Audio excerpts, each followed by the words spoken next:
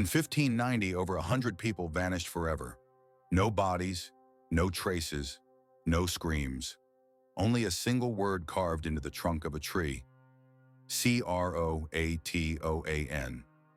Was it a message or a warning? In July of 1587, under the suffocating heat of summer and the promise of a new beginning, 117 English settlers landed on the shores of an island shrouded in dense fog and unexplored forests. This was Roanoke, a remote strip of land in what is now North Carolina. Among them were men armed with hope, women carrying children and dreams, and entire families who had left everything behind in search of freedom, land, and prosperity. Led by John White, an artist and cartographer chosen by the Crown, the group set out to establish the first permanent English colony in the New World. The journey had been long, plagued by disease and storms, and by the time they arrived, tempers were already frayed. But the moment they stepped onto that wild coast, they believed they were writing the first chapter of a new nation. They built small cabins with what they had, raised wooden fences, and began to work the sandy soil. The weather was unpredictable. Winds shifted without warning, and the rains came heavy, thunderous, and relentless. At night, strange sounds echoed from the woods, distant growls and sharp cracks like branches breaking beneath invisible feet. Still, they endured. They organized, hunted, fished, and tried to form alliances with the native tribes of the region. But not every encounter was peaceful. Tension grew slowly, like roots weaving silently beneath the ground. And despite all their caution, there was something about that island, something that seemed to be watching in silence, as if Roanoke didn't want to be inhabited. The future felt uncertain, but no one could have imagined that just a few years later, there would be no bodies, no crosses, not even a final scream left behind. Only emptiness, and a single word carved into the wood. The land was beautiful, but treacherous. The colonists quickly discovered that Roanoke was not as welcoming as they had once believed. The soil was sandy and barely fertile. Scorching summers and damp winters punished the fragile crops. The rivers offered fish, but also carried invisible diseases. And the forests, though full of game, were dense, mysterious, and at times unforgiving. Relations with the local indigenous peoples shifted between tense diplomacy and quiet hostility. Some clans allowed trade, while others saw the newcomers as intruders. John White, the colony's governor, did his best to maintain order, but resources dwindled with each passing day, and hope began to dissolve into whispers of fear and doubt. When food ran low and medicine ran out, White made the difficult decision to return to England to seek help. It was meant to be a short absence, just a few months. He promised to return quickly before the next winter, but fate, or something far darker, already seemed to be carving a different path, and on the island, those who remained would never see him again.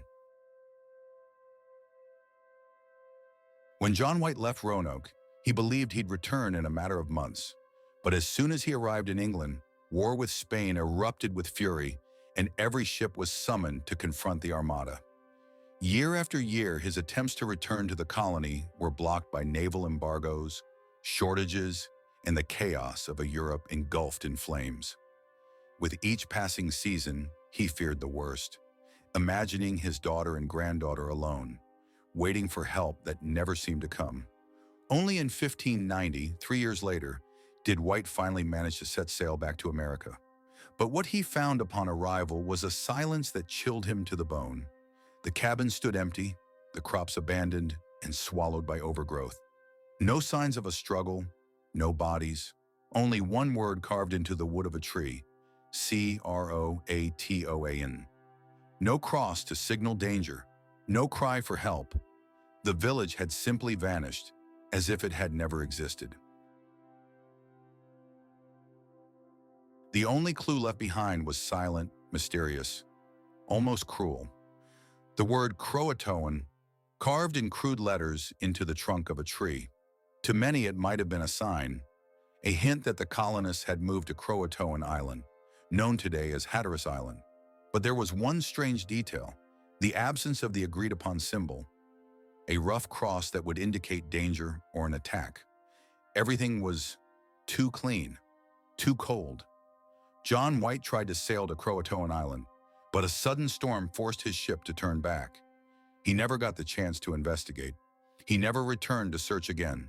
He never found anyone.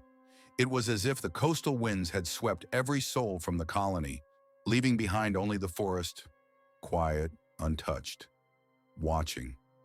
And so was born one of the greatest mysteries in American history, a disappearance without a trace, without answers, without mercy.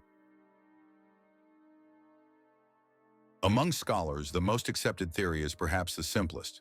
The colonists of Roanoke, abandoned for 3 years without food or supplies, may have sought refuge with the local indigenous tribes, specifically the Croatoan.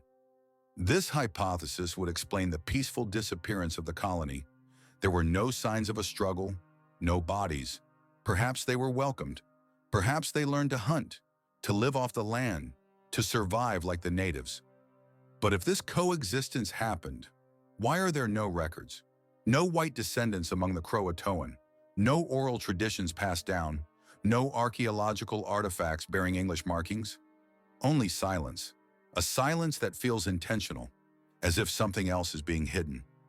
Some later colonial reports mentioned indigenous people with gray eyes, or English words scattered among tribal phrases. But there was never concrete proof, only echoes, rumors, shadows around a campfire that no one can seem to reignite. 3 years, 3 winters without help, without reinforcements, without ships. Isolated in an unfamiliar land, surrounded by forests whispering in languages they couldn't understand, the Roanoke colonists may have faced something far more brutal than armed enemies: hunger, the slow erosion of body, mind, and hope. Nature, in all its merciless beauty, may have pushed them to the very edge of survival, until reason itself began to unravel. Some theorists suggest the colony wasn't killed. It was abandoned from within, divided, fragmented. Families may have fled in different directions, following rivers, trails, or simply their own despair. Others speak of cannibalism. Records from other colonies show that, in extreme situations, it did happen. But in Roanoke, not even bones were found. No recent campfires, no trace of death or escape. Only an absence so profound it feels supernatural, as if they were pulled from reality, one by one, silently. Some stories can't be explained with logic, and the more you try to force answers, the more the mystery seems to resist. Among the indigenous peoples of the region, there were legends about spiritual forces tied to the land, guardian entities that would not tolerate intruders. According to some accounts, certain places were sacred and forbidden. Entering without permission could awaken what once slept, and many believe that Roanoke was built exactly on one of those places. Croatoan, some shamans say, isn't just the name of an island, it's the name of something older, an ancestral spirit, an entity, a boundary that was never meant to be crossed. If this theory is true, the colonists didn't just vanish, they were taken or silenced, or consumed by something invisible, but present in every twisted tree trunk of the forest. And maybe the word carved into the tree wasn't a message for those who came looking, but a warning, the final breath of someone who saw too much. What began as a colonial disappearance became something much bigger. Over the centuries, the word Croatoan kept appearing in strange, unexplained contexts, always tied to loss, to vanishing, to endings without reason. In 1849, shortly before his death, writer Edgar Allan Poe was said to have whispered Croatoan before slipping into delirium and disappearing for 4 days. No one ever found out where he went or what he saw. Decades later, the same word was found scrawled in Amelia Earhart's journal just days before she vanished forever over the Pacific. It also appeared carved into an empty jail cell after the disappearance of Ambrose Bierce, and in reports linked to the vanishing of the infamous pirate Blackbeard. Coincidence? Or a signature? a supernatural echo that stretches far beyond time and geography. Some believe Croatoan doesn't represent a place, but a threshold, a forbidden ancient name that ties all these events together through an unseen force, a silent curse that pulls in those who dare to look too deeply into the void. Today, centuries later, Roanoke Island still exists, peaceful at first glance, green, silent, surrounded by calm seas and warm breezes. But those who walk its trails say the silence there carries weight, a kind of emptiness that tightens the chest and clouds the mind. Visitors report hearing footsteps behind them, even when they're alone. Others speak of voices whispering among the trees in a language they can't identify. Some describe distant drum beats, children's laughter followed by a sudden chill, compasses spinning wildly, recorders capturing faint murmurs. And in one of the most chilling accounts, a group of campers found their sight disturbed overnight, and on a nearby tree trunk, the word was there, freshly carved, Croatoan. The forest seems to be watching, as if waiting for someone to finally understand what happened, as if the story is still being written, and those who come too close become part of it. Roanoke is not forgotten. Roanoke is watching. The story of the lost colony of Roanoke never had an ending. It dissolved into time like morning mist. There was no answer, no justice, no comfort, only questions without echoes, and the feeling that something terrible happened there. Something that doesn't want to be remembered, but will never be forgotten. Roanoke became more than a historical case. It's a symbol, a warning, proof that even in the modern world, there are places where time breaks and logic fails, where disappearance is not just physical, but spiritual, where the void has a will of its own.